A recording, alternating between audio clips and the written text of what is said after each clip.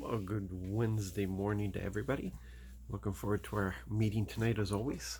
Expecting the Lord to do great things, as He always does. So, reading through 2 Corinthians 1 to 4 today. And here we're seeing a glimpse into Paul and his vision, his understanding, his revelation of what leadership looks like.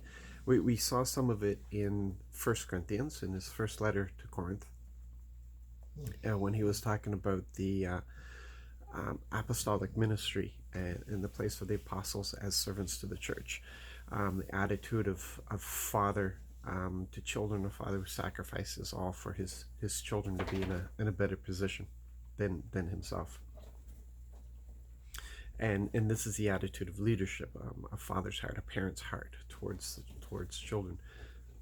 And here he talks about his hardships and a lot of things that he's facing, and basically he's saying that that's his position. That's what he's supposed to be doing. These things are a different translation than what I used this morning. These light and momentary troubles are achieving this fantastic thing of glory.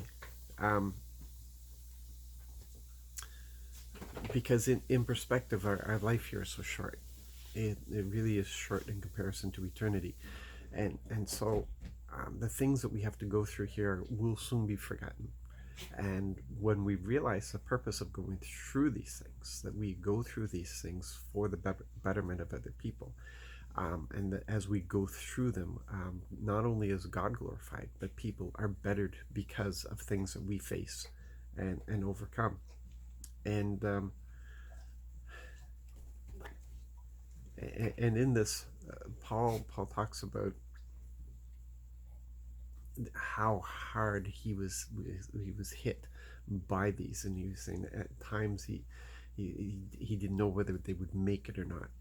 And he says, so what are we supposed to do? Quit? He said, the one thing that I absolutely was sure of is that I could not quit. He said, I didn't know what was going to happen. I had no idea even what to do. But one thing I knew is that I couldn't quit.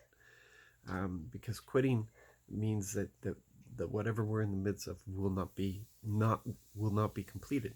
So we've gone through all of this stuff to get to this stage, and so if we quit now, all of the things that we've gone through have no purpose. They're for naught. The whole thing about a race is to complete the race, or all that training and everything else has been absolutely a waste of time.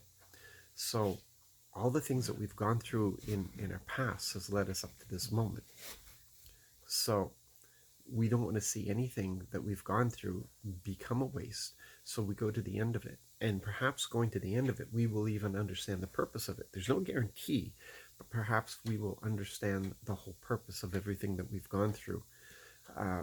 And maybe we get to see the fruit that comes out of it. But regardless, our perspective is eternity, and what we live for is the glory of our Father. It's that's the only place that leaders can be, is in this place. Ours as leaders, ours is a wonderful position of sacrifice for the betterment of other people. That's the whole attitude. Again, that parent attitude of sacrificing for the betterment of the children. And I understand that I'm not talking that the leaders are like parents over the congregation. It's the heart. Okay, it's the heart that we're talking about, because Paul also talks about how leaders don't don't dictate people's faith, don't lord over their faith. He talks about how we are partnered to see people's faith grow. We are partners with people. It's not a matter of lording it over them, but he talks about the attitude of leaders is that of parents, willing to sacrifice to see the betterment, to see the children better than what they are, going beyond. That's the whole thing, going beyond what parents have achieved. And we know in our society that's always the desire of the parent, to see their children in a better position than where they are. And spiritually, we want to see people stand on our shoulders to go beyond anything that we've been able to a greater revelation, greater works beyond anything that we were able to, because they entered into a greater faith than what we have.